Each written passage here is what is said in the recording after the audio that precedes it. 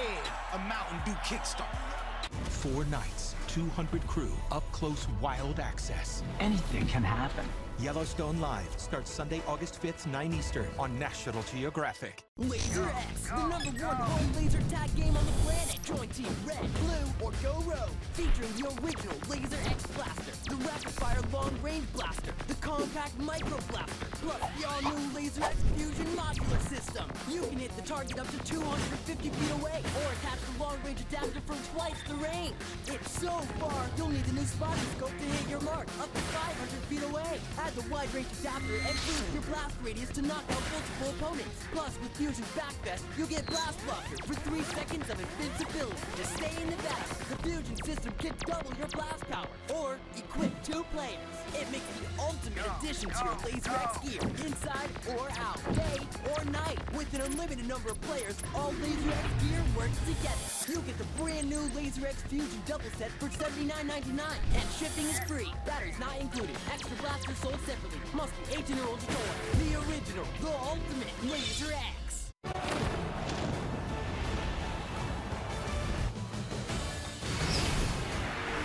Halftime is sponsored by AT&T. Alex Morgan gave the U.S. a lead after 18 minutes, only to see Japan level it 97 seconds later, thanks to Mina Tanaka. But the captain, Alex Morgan, made sure the U.S. headed into the break with the lead. At their second, just 6 minutes later. Now, welcome back into the studio. I'm Alex Curry with Leslie Osborne. So 2 goals from Alex Morgan has the United States up 2-1 over Japan at halftime from Children's Mercy Park, setting things up for an exciting second half. But now, let's take a look at the first half highlights. Well, Kristen Press gets this ball, sees that she can take on 1v1. She's faster, plays an excellent ball into Megan Rapinoe. Megan Rapinoe realizes Alex Morgan is running onto that ball and just slips a perfect ball. Alex Morgan just has to finish that clean in the near post. Those two are on fire. And Japan gets a hold of this ball, and Hagasawa finds Tianka running through the midfield, and she beats 4 players. This is not good defending from the U.S. Abby Dahlkamper is trying to defend it, and Emily Son is trying to make a last-minute clear. Poor defending. Japan found too much success down the middle of the field against the U.S. in the first half. And Lindsey Horan finds a Crystal Dunn. I love this ball. A left-footed ball finds a wide-open Emily Son, who decides to play this ball across to Alex Morgan, who makes this goal look easy. She just has to redirect this with her head back in the far post. She's finishing everywhere. And in the 42nd minute, Tierna Davidson sees Alex Morgan again, flicks on. Lindsey Horan does a great job shielding her player. Julie Ertz, wide open, has a shot against Yamashita, who does a good job there. Whew.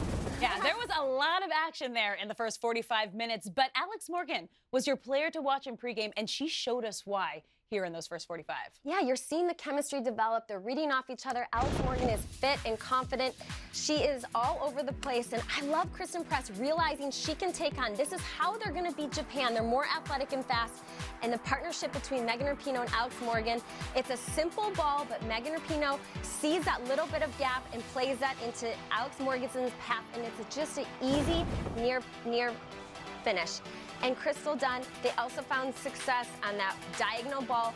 Sees Emily Son. Emily Son has a choice here.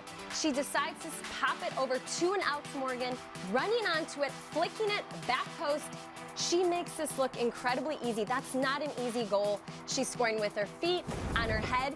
She's just feeling herself, and it's the best feeling when you're just on fire. I love it. Now, you said that Japan was finding success down the middle. What does the U.S. need to do to limit that in the second half? Well, first of all, the U.S. was just mistouching the balls in the first 15 minutes. They were just giving giveaways. But second of all, the midfield has to be tighter.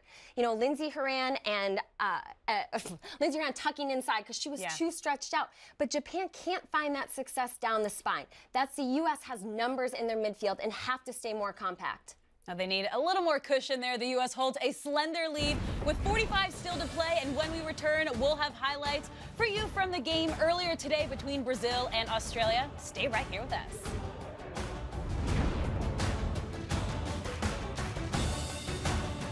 Carly Lloyd, Crystal Dunn, Alex Morgan and the U.S. women's national team face off against Japan, Brazil, and defending champion Australia. The Tournament of Nations, USA, Australia, Sunday at 7 Eastern on FS1.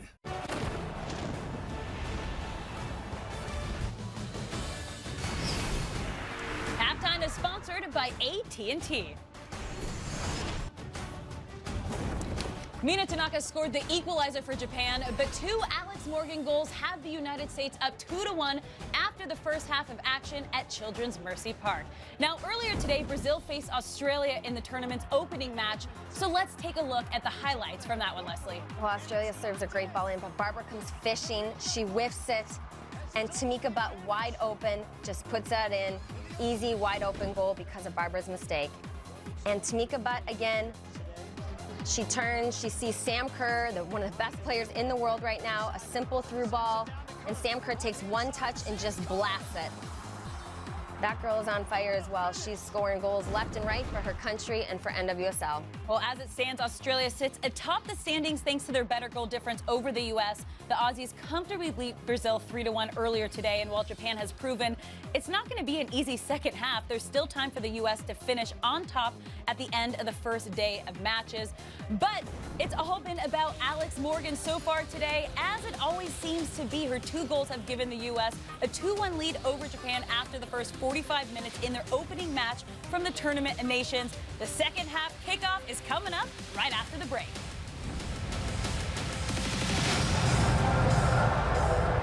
I feel the earth move under my feet.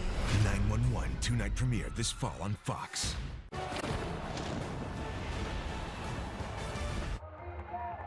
Welcome back. So it's 2-1 after the first 45 minutes in Kansas City. Leslie, what adjustments are you expecting in the second half? Well, I like this call, McCall Zerboni coming in. I talked about the midfield shaped. There has to be more dynamic runs out of the midfield. McCall Zerboni will give that to you. She's a complete player, dynamic player, loves getting in the attacking third, even pinching out wide. So she's going to make Japan's life harder being out there because it was too easy for Japan, too much in that first half.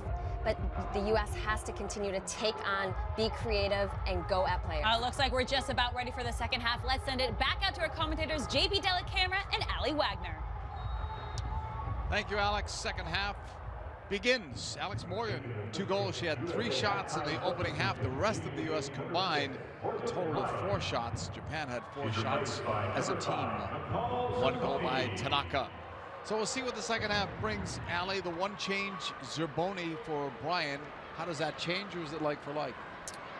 I think it's rather similar. I think McCall Zerboni is one of those players that will stop up that center of the park defensively. We've seen her do it time and time again for North Carolina. Getting forward, you know, her and Brian wasn't that impactful, I thought, in that first half on the ball. I think McCall can perhaps change things up with her simplicity in combining. She's good with her shots outside the box, but I do think it's a rather similar swap. I think this is more about looking at personnel to make that qualifying roster. I think Morgan Brian and McCall Zerboni could be 2 players fighting it out for one of those last center mid spots. Japan make no changes. They are in blue. Ariyoshi. Samashima. Blocked, picked up. Hasegawa lost it there. Lindsay Horan almost lost it, but Ertz helps her out for Sonnet. Sonnet pushing it through, off press. Miura's pass back. Sakaguchi. Hasegawa. It's Tanaka taken down, but no foul was given. Davidson was defending. And it was McCall Zerboni who came in to clean that up, recover and pick up that ball that was played in that half space off of that deflection from the front runner of Japan. I think she has more mobility than a Morgan Brian. It can cover the ground more effectively, Head of Rapinoe, Morgan, Crystal Dunn. Rapinoe joins her in the attack. Ball played through to Rapinoe, and it goes right to Yamashita. What do you want to see better, Ali, from the U.S. this half? You know, I talked about it at the end of the first half, and that's the U.S.'s ability to break that first line of pressure of Japan. Is it a center back stepping out on the dribble to just scoot by that first line of pressure, or is it that initial pass into center mids that are then tucked in behind the center mid line. It's those half spaces that become all important. Iwabuchi. That's a nice ball. Hasegawa. Tough angle. Played it across, and it's picked off. Off the referee. Chenard. For Japan, it was unfortunate for them. They had themselves set up for at least a crack at goal. Horan on it. Del Kemper. Second half. Just a couple of minutes old. If you missed that first game, it was Australia with a 3-1 win over Brazil. So they're leading in this tournament with the 3 points.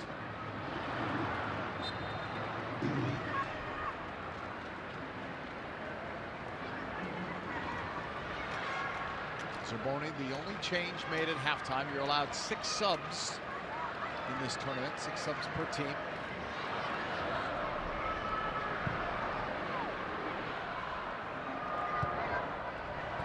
The Sakaguchi pass will find Hasegawa. Last touched by Sonnet. Those wide players have been incredibly important for Japan, with Hasegawa on one side, Nakajima on the other. Where they decide to pick up the ball, whether they're pitching internally and creating those overloads, or whether they're staying wide and receiving and pulling the U.S. out, it's been problematic. It's been something the U.S. has had to deal with and make decisions on. That was a bad ball back from Sonnet. Any closer, and Iwabuchi would have had a crack at goal.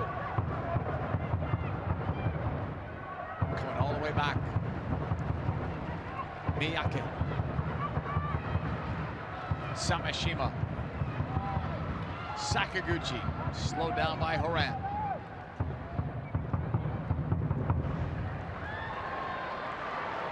Intercept, Zerboni, give it away, Sakaguchi, tap it right back to the feet of Yamashita.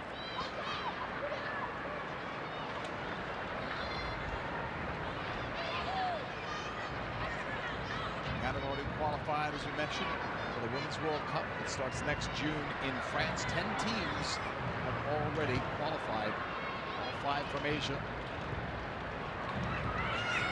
Moran's pass ahead. Press, pass back, and then the return.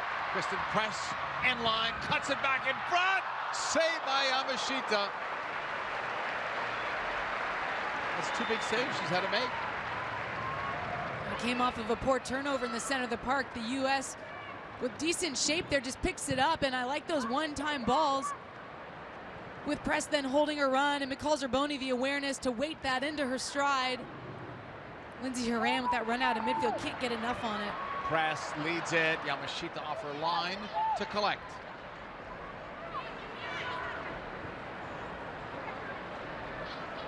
Yamashita's looked pretty poised here today. Nothing she could do on the 2 goals scored by Morgan. I don't think the U.S. is asking enough questions of her, though. Her decision-making coming off that line, getting traffic in front of her, they're not putting her in those moments. Kemper for Sonnet. Immediate pressure here from Japan. U.S. beats it with the ball to Horan. Press. Horan. Ernst. Try to keep that one in play for Press, but it goes out for a Japan throw-in.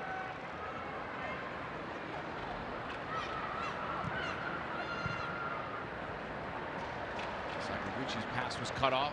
U.S. collects again. Del Kemper headed away.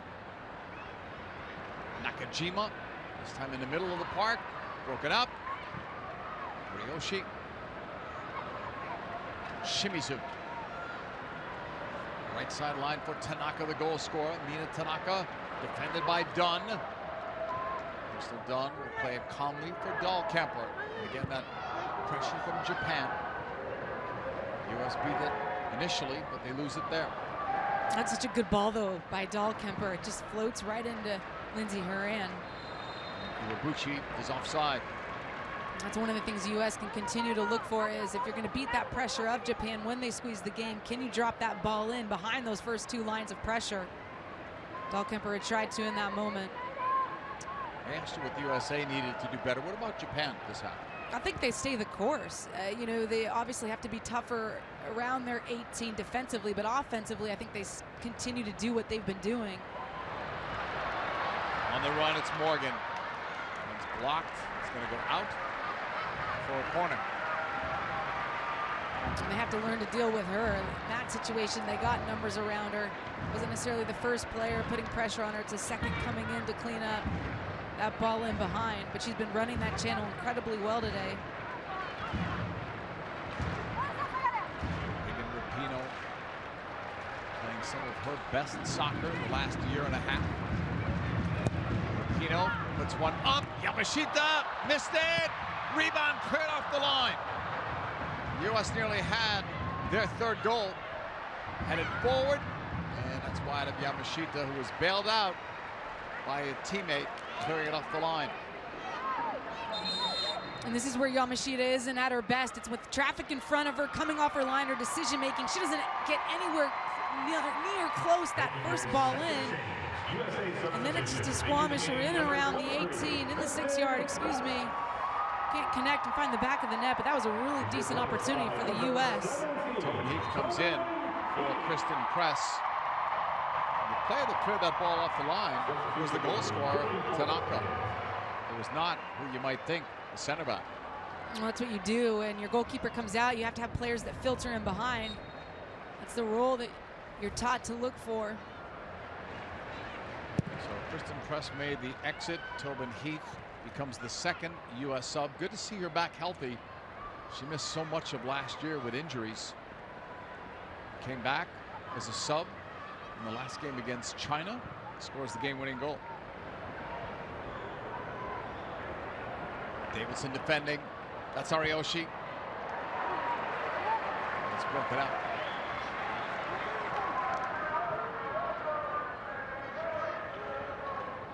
Rapinoe.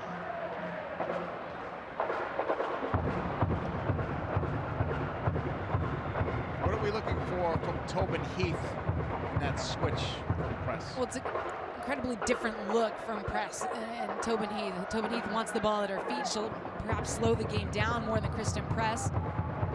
It's going to be about combining to beat defenders or her going 1v1, but it's a slower, more purposeful take on by Tobin Heath. Kristen Press likes to run and get at players at pace. Davidson's ball ahead for Dunn. Stepping up, Japan won it, but gave it right back to Ertz. It'll be interesting to see if Tobin Heath can bring more players into the fold with her ability to combine. Because I think that connection between the front three and the mids has been lacking. Heath trying to find space on the wing. Kept that ball in play nicely. 1v2 at the moment. Look at that. Heath playing it in. Blocked. Morgan off the post and in. Hat trick for Alex Morgan.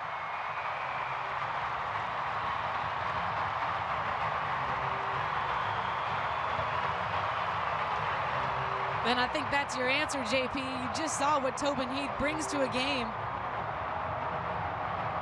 First, she did opt to go down the flank, take two players on with a long touch. You don't think about that with Tobin Heath, using pace to get in behind.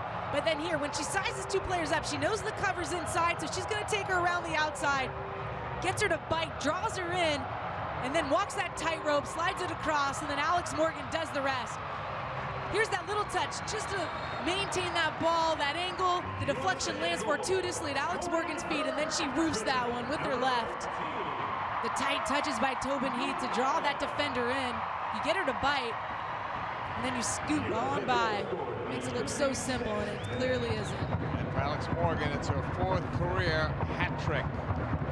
89th international goal. Her first hat trick since February of 2016 versus Trinidad and Tobago.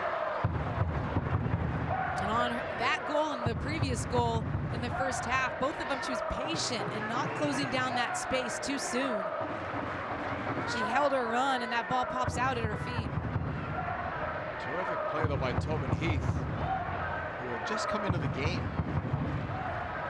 That opens things up. See how Japan handles this now. Trailing by 2. Miura blocked. Morgan now, if you're keeping track, 16 goals in 16 games in a USA uniform. Horan. She may not be done scoring in this game yet. Kemper, back to Nair. U.S. has been averaging just over 3 goals a game during this run, where they're unbeaten in 16. Their last loss, first game of this Tournament of Nations games last year against Australia. And I guess it's shocking to consider they only have 3 clean sheets of their last 8 matches. That's not what you think of with the U.S. You think of strong defense first. This team seems to be lighting up offensively. Jill Ellis said ever since they shifted into this 4-3-3 in the Tournament of Nations, it's become an attacking force that you're seeing, in particular transition. The top, the run was made, cleared away. That run by McCall Zerboni, we didn't see that in the first half with those 3 center mids. Heath, another nice move. Morgan putting it up there, headed by Zerboni, but it's wide. But Heath, you talked about that before, the ability to take on players 1v1. Those are a couple of special plays she's made, and now we're going to see changes for Japan. Well, with Heath, I mean, it's absolutely ridiculous what she just did in that play there. When she feels it, she can just stop on a dime and then quickly burst out of that moment, sucker the defender in. She has a great sense of knowing when she can take the player on, and you see it time and time again. So 9 and 20 are coming in, 7 and 11 are coming out. So it is Naomi Kawasumi coming in and Kumi Yokoyama are into the game. Tanaka out, Nakajima out. And those 2 players both perform well today for Japan. I thought so, for sure, but the rotation is necessary. Kawasumi is going to be someone that U.S. fans are familiar with. She plies her trade in the NWSL for Seattle Reign. Like-for-like substitution in that right flank, more than likely. And then Masuya, she's been a starter for Japan in some of their Asian qualifiers up top. On this right side, Kawasumi will lead it, right sideline. Yama was the intended target, so they're both starting out anyway in that right side of the field. Kawasumi, a lot of experience, played in the last couple of World Cups, had 2 goals in the 2011 Women's World Cup. Almost at the hour mark. Big story though is Alex Morgan, 4th career hat trick, all 3 goals for the U.S. in a 3-1 lead over Japan. It was 3-0 last year when these 2 clubs met. Pino plays it back. Dawn Kemper. Nair. Ryoshi will take it back. Japan trailing now by a couple of goals. Hurts.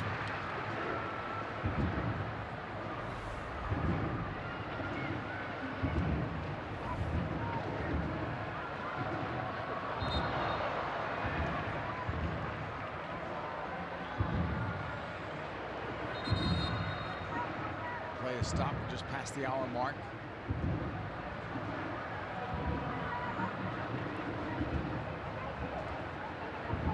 Free kick for Sonnet.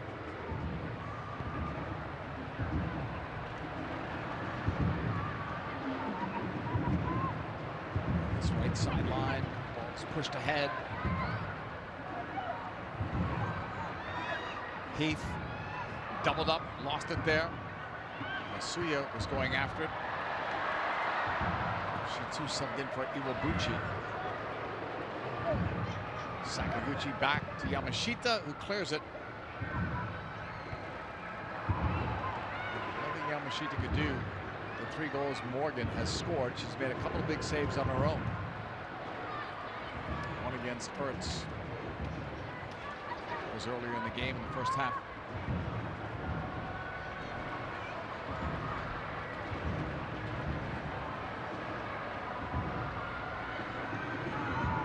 Samashima. See how Japan looks now with the changes that they've made. Yokoyama to the left. Hasegawa. Yokoyama, 20 in blue. One of the changes just made by Japan. It's going to be cleared out of play. Yokoyama scored 4 goals in her last 7 games. Japan has been undefeated in those with 5 wins, 2 draws.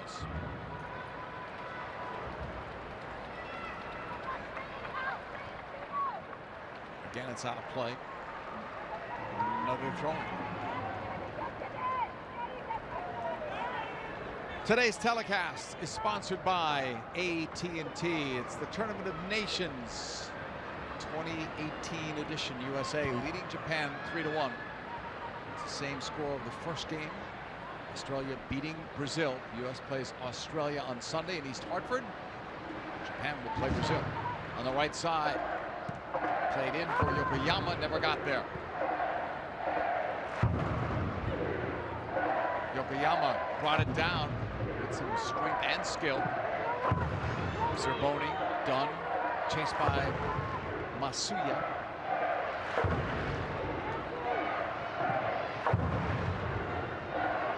Right to the ball. Play for a throw. We're going to see another change. Rose Lavelle is coming in, and she is for Julie Ertz. Lavelle is so interesting. Were it not for the injuries, we'd know a lot more about her.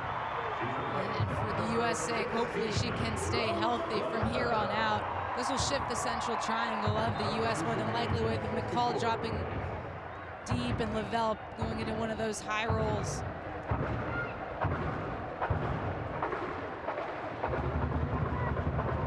On this left side, Hasegawa's pass is blocked. Lavelle plays now with the Washington Spirit of the NWSL. Her original team, the Boston Breakers, folded during the offseason. Done. Lavelle, in fact, was the overall #1 pick in that draft last year.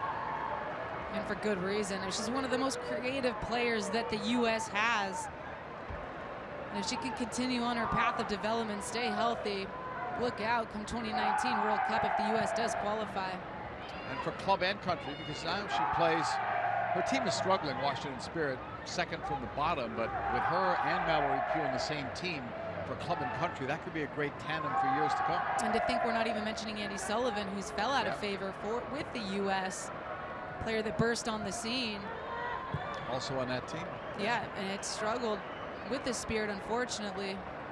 But you still think for 2019, again, if they qualify, that she will have her opportunity to get back in the fold. Again, qualifying for the USA starts in October.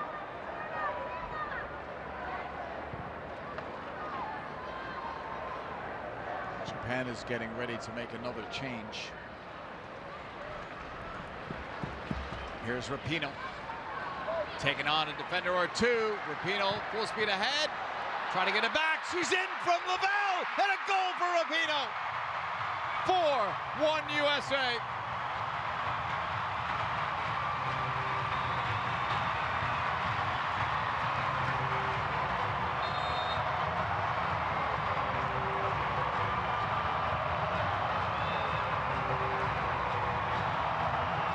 The U.S. has looked a ton more dynamic going for it. It's Megan Rapinoe that just glides by that midfield line.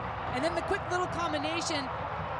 She gets on the end of that pass from Lavelle. It's meant to be a 1-2. The defender squanders it right into the path of Rapinoe. She continues her run, and it lands right in stride for her. And then she's going to do the rest as she's now in behind. Sizes up Yamashita. It's actually a savable height, but she sends it the wrong way. Sizes it like she's going to go far and then brings it back near. Brilliant finish. And for Megan Rapinoe, her 38th international goal. And a celebration that I'd love to know more about. 67th minute. All the things that she has been through in her career, the injuries, 3 ACL injuries, and she seems to come back better than before, especially the last time. I think it just comes with age for some players. She's one of the more intelligent footballers that I've had the pleasure to play with, and you can see that as she starts to read the game better, as you get older, things slow down mentally for you, and you're seeing snapshots of how she can dissect an opponent, and then the strength and recovery when you do recover from the injuries. I think that's helped her a lot. Just looks fit and fast. Here Here's Lavelle on the ball. Barber on replay. Japan made another change. 14 out. Hasegawa in is number 13. Yuika Tsugasawa. So that's 4 changes that they have made out of the 6 they are allowed. Falling farther behind. Rapinoe. Trying to find Morgan. We'll see where Tsugasawa lines up. Usually she plays up top for Japan. Perhaps that shifts Messiah, number 19, into that left mid role. Tsugasawa goes up top. It's 3 points for a win, but goal differential is the first tiebreaker. So for Japan, there is still something to play for here, whether they lose this game or not. You don't want to lose this game by several goals. That might be what costs you in the end. Fair point, but bigger picture too could be for Coach Tanaka and what they're trying to achieve. Build towards the World Cup, build towards the Olympics. She might not be worried about that. Here's Yokoyama. Back for Miura. Up the middle. Headed back. Yokoyama. All of these subs, though, have taken away the rhythm that I think Japan had for much of this game.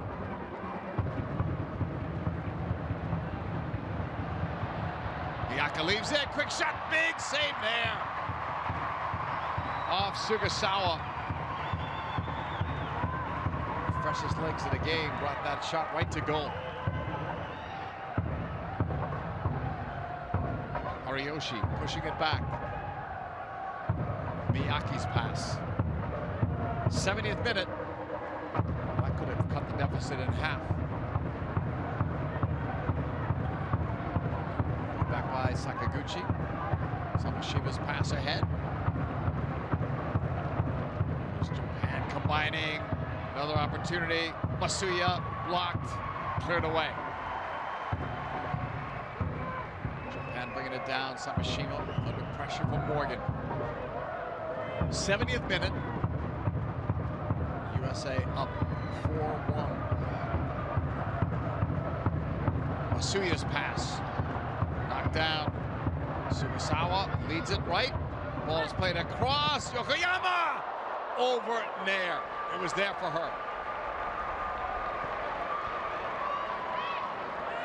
That was such a good buildup by Japan. The delicate touches, the run in behind. This touch failed her initially, but it's just that counter movement coming in behind. Tsugasawa gets that shot off, and this is the last attack that was so pretty by Japan. The ball dropped in over the top, just pulling away at that back post. Yokoyama is. And it was Kawasumi who just drops that in on a dime. That was lined up perfectly. She just squanders it. Kawasumi is the only player that does not play in the L League in Japan, playing for Seattle in the NWSL. All the other players play domestically.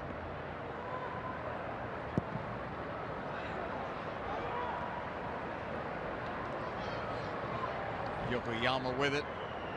USA planning on making 3 changes, including Carly Lloyd, from what we're hearing. Yamashita, that was a little risky. Samashima. Japan will break out of it. Yokoyama. Nice ball up the middle. The flag stays down. Tsugasawa on the spin move. That took so long to develop. Kawasumi played it back. Low shot blocked. Japan come away almost empty. Maybe a chance here. Nope. Moran back of the ball. It was almost a breakaway right down the middle. But Tsugasawa doesn't have that kind of pace to be able to continue that run. She tried to use her strength, the spinner defender. Good recovery ultimately by the U.S. That's one of the things that Japan lacks, is that pace in behind. Carter Lloyd up among the subs, so the U.S. will be finished with their subs once they make these changes. Samashima with it.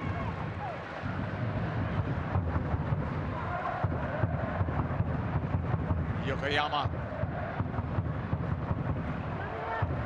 On the right side, Kawasumi. Head up, looking, head forward. Tsugasawa cleared it over Nair. Now we're going to see the changes for the U.S. Lloyd for Morgan.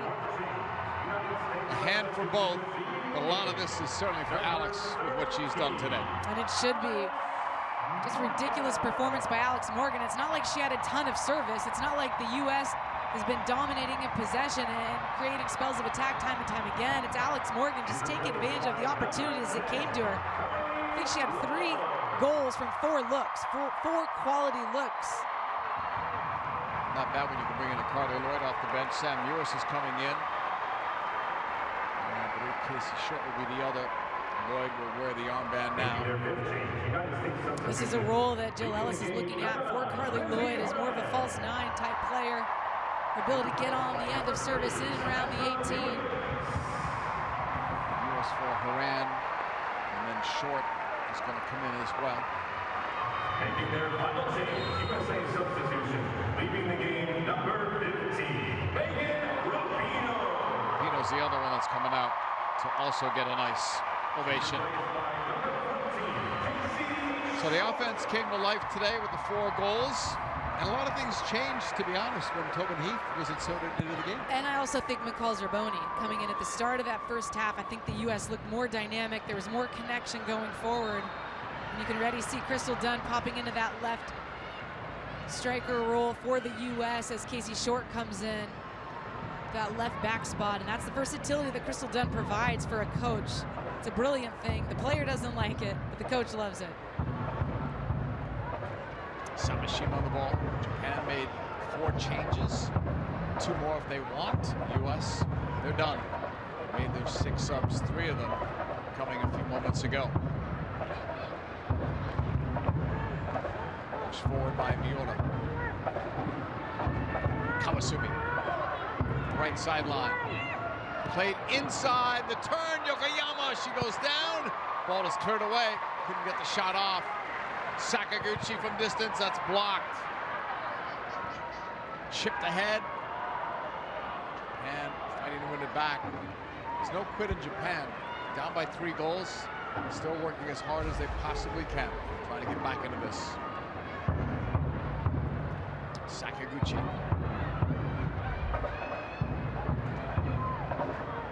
Right after I said that the rhythm was not as good as it was before, they're starting to click now. I do think some of those substitutions they made, Japan up top, has really helped them. Miura left off there. Yokoyama, it's taking too long. They'll try to clear it out. Japan with another go. Masuya. Good job to keep it alive. Masuya holding there, near sideline. Sakaguchi. Cutting, still has it. Sakaguchi, the shot, Nair couldn't get to it. That's a goal for Japan.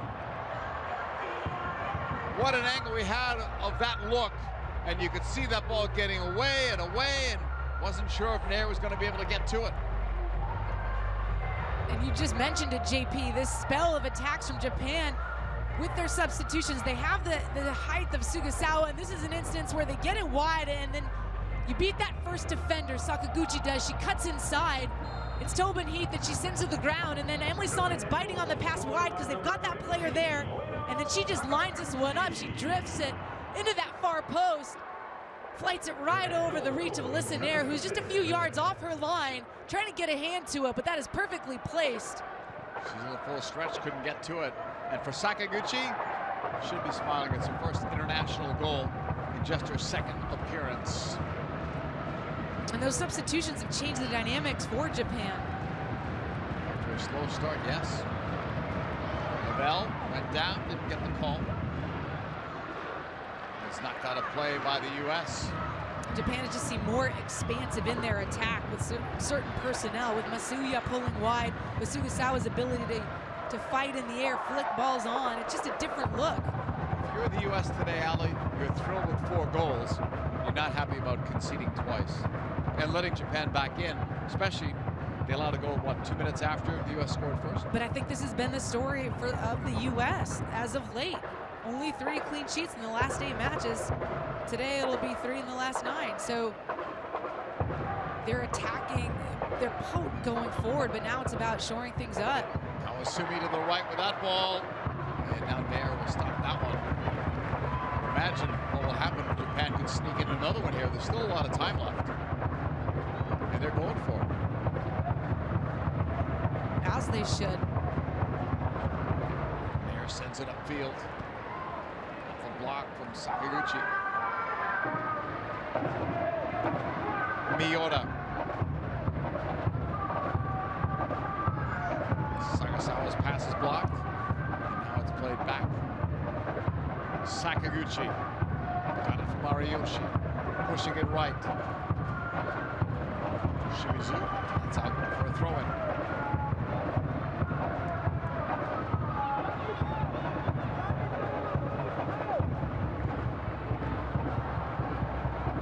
Samashima right up the middle again is where they're going. Sagasawa blocked by Short, moves it up. It's intended for Dunn, it's blocked. Right side, Yokoyama. From a tough angle, that's wide of goal. I mentioned Crystal Dunn before, starting as a left back, and in many of these games now, when they make a change, she does move farther up in the attack. And oftentimes that's to take advantage, maybe perhaps just to look at Casey Short, get her back healthy with some minutes today, but oftentimes it's to take advantage of a team that's tiring defensively. You can use her pace, her ability to go at players 1v1, 1v2, and use her explosiveness going forward. And perhaps it's to keep her head in the game and to reward her because she's doing all the defensive work and all she wants to do is attack. She's come back from her stint with Chelsea to play for North Carolina Courage, and she's having a terrific year. Both with goals and assists. 7 goals and 5 assists. Tobin Heath. Japan is aware of what she can do. She's already victimized them twice with 1v1 attacking. You know what she's going to do, but you can't stop it. That's the beauty of Tobin Heath.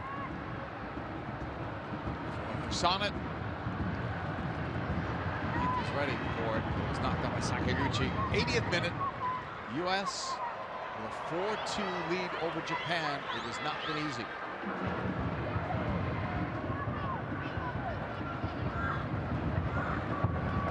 Sonnet. It's knocked out of play again. The USA throw-in.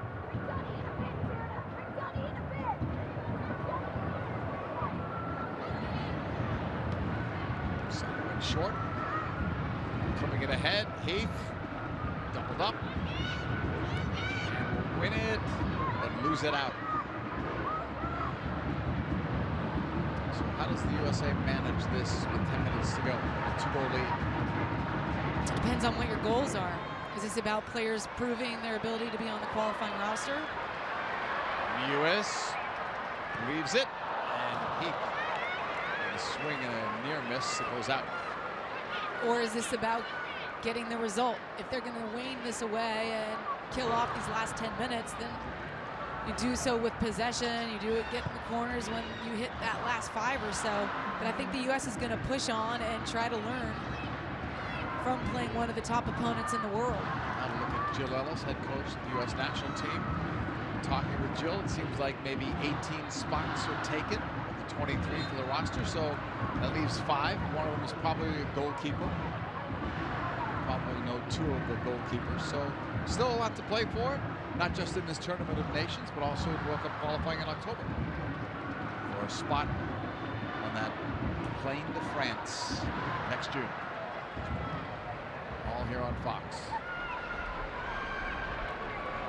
Quick throw in. Masuya leaves it. Sakaguchi, her goal, made it closer, but it's still a 2-goal lead for the U.S. Samashima. The middle, that's blocked. Carly Lloyd on it. 100th goal came recently against Mexico. Carly lays it off to the right. Sonnet pulling it back. Up the wing, intended for Heath. Great job by Heath. Played it towards Lloyd, trying to square it. Not enough on that ball. Cleared by Japan. Given right back to the U.S. Chester Mewis. Lloyd.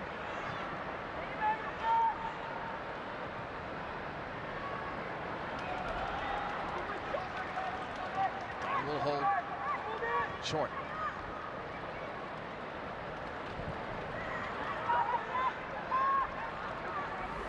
Camper forced back.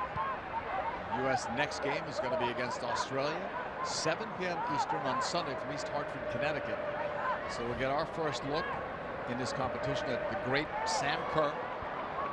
He's also having a great season with Chicago in the NWSL, and Zerboni is the player down. Second half sub helped to change things for the U.S.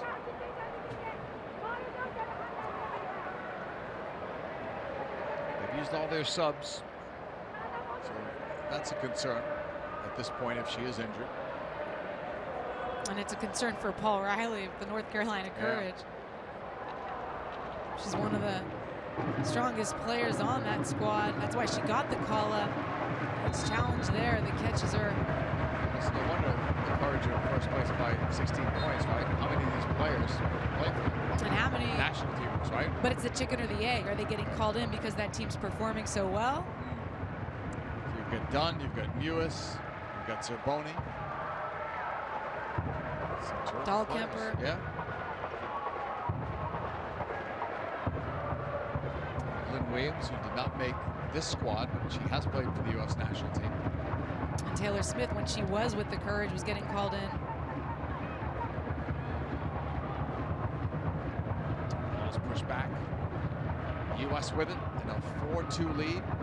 Story tonight, Alex Morgan's hat trick, her 4th in her career.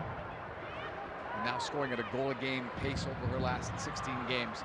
That's remarkable, whether it's for club or country, but especially international. Ball going out of play. You have so little time to train on a national team level compared to a club, so that's why it's more impressive. Absolutely, and I just think it speaks to her focus on her finishing. As she said, she's done a lot of work outside of her normal training sessions to hone in on different shots in different situations. The reps that those strikers go through makes all the difference in the world if you take that opportunity when it's provided. Kawasumi leaves it. Yokoyama off that give and go. Kawasumi, good playmaker, but broken up there by Dunn, who tracked back to help Short. Headed down by Lloyd.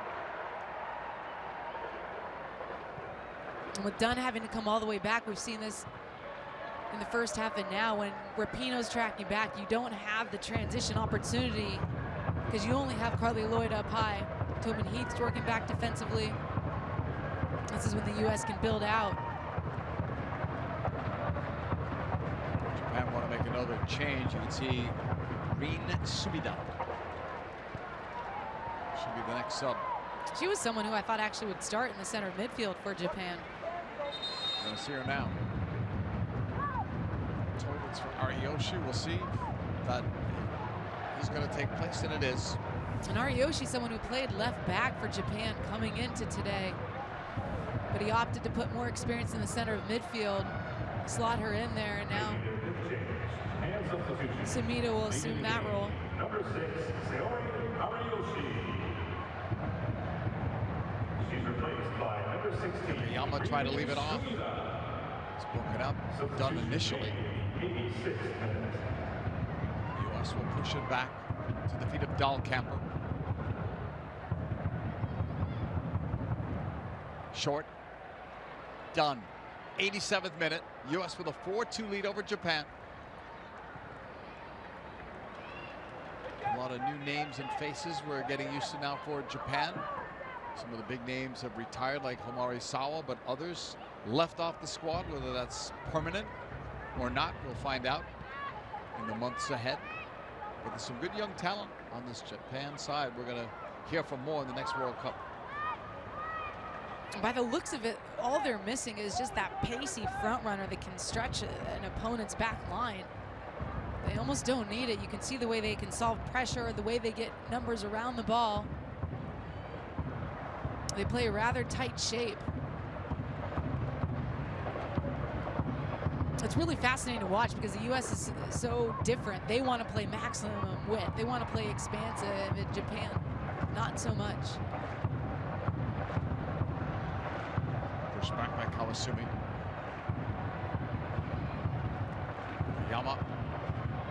for Masuya. Lloyd taking over for the U.S. Got it out wide. Lavelle reaches for it. Couldn't get to it. Throw in for Japan.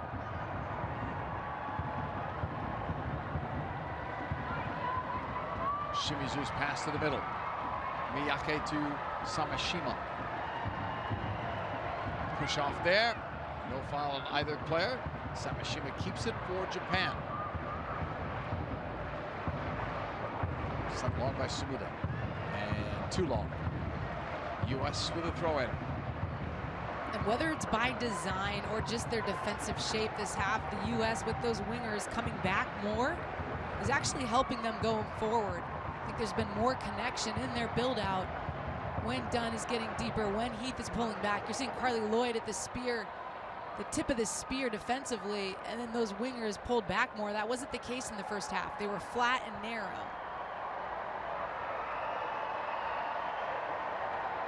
They'll face a different type of team on Sunday in East Hartford with Australia, and then a different one 1 week from now when they take on Brazil. That game will be in Bridgeview, Illinois. Lifted long, and the offside flag up again on Japan.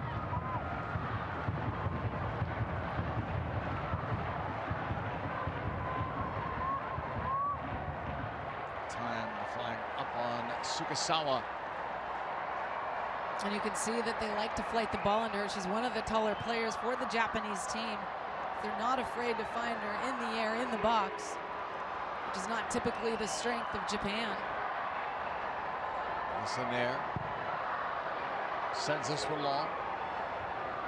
Chicago Red Stars goalkeeper, 5th in the league in saves. Up for Lloyd. Lloyd sling her way through, broken up in the end. Sumida helps out. Sumida takes over. Miyake.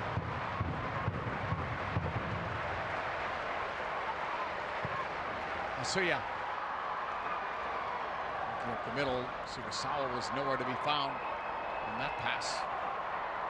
Lavelle keeping it. Former University of Wisconsin Stano will push it back. Heath. The clock has struck 90. Minimum of 3 minutes added on in stoppage time. Here's Heath. 1 versus 3 at the moment. She doesn't need any friends. Keep possession, work the clock. Good to see her healthy. Good to see Lavelle healthy. Those are problems for the U.S. to have so many players out. And Casey Short finding her way back. They've been thin at that outside back spot. Bert's dealt with injuries this year. I mentioned before, Pugh is still out, O'Hara out. Those are 2 starters that will make this team that much better. Not sure which side O'Hara will be on. She can play right back or left back. That'll be up to whether it's Sonnet or Short or continue down the line in the outside back position, who steps up and claims that spot. 2nd minute of stoppage time. U.S. in control with a 4-2 lead. 3 goals by Alex Morgan, 1 by Megan Rapinoe. Tanaka and Sakaguchi, the goal scorers for Japan. No rush in this corner. Heath is there if they want to play it short. Just to kill more time, get a better angle on this if they want. Heath was trying to work the clock there, but it's taken away. Yokoyama trying to spin away. Just possessed. Japan playing up the wing. It's too far. So Jill Ellis-Side is going to pick up 3 points. They'll be level with Australia. They'll have more goals, but the goal differential will be the same if the score stays like this at +2.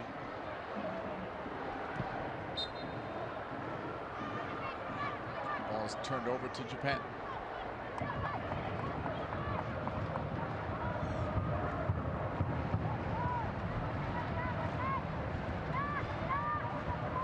Samashima. Less than a minute to go. Japan working it, right sideline. Miyake, Samashima, Sakaguchi. First international goal, narrow the gap to 4-2. That's where it stands now, and most likely the way it will finish. And you asked how's the U.S. going to see those last minutes out. It looks like they are in a 5-4-1 with Dunn in that back line. Yama leaves it. Sakaguchi with seconds left. Samashima, maybe one more opportunity. And that was Sagasawa, and the flag is up yet again on Japan. That might be it. We'll wait for the final whistle. The U.S. leading 4-2.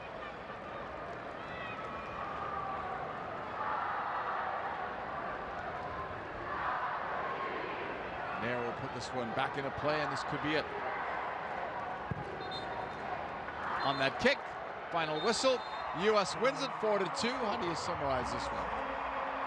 I think you see how explosive the U.S. can be. That seems to be the storyline for the U.S. We know they're good going forward, but it's going to be about putting together more controlled performances. I think if they want to break teams down, they've got the versatility, the personnel to slide people in. You saw the second half look incredibly different from the first for the U.S., and that's a good thing because they're going to need wrinkles and options when they play different types of opponents. And this is something they have to build on, but I think there still needs to be that connection with that front line and the mids.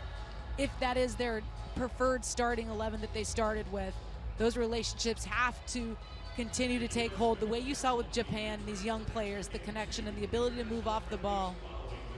Alex Morgan with a hat trick, 16 goals now in her last 16 games. As we go back to the studio, Alex Curry and Leslie Osborne. Thanks, JP. So all smiles after the opening match for the U.S., and we've got lots more still to come after the break. We'll head back out field side to talk to some of the players. It's the Road to France live on FS1.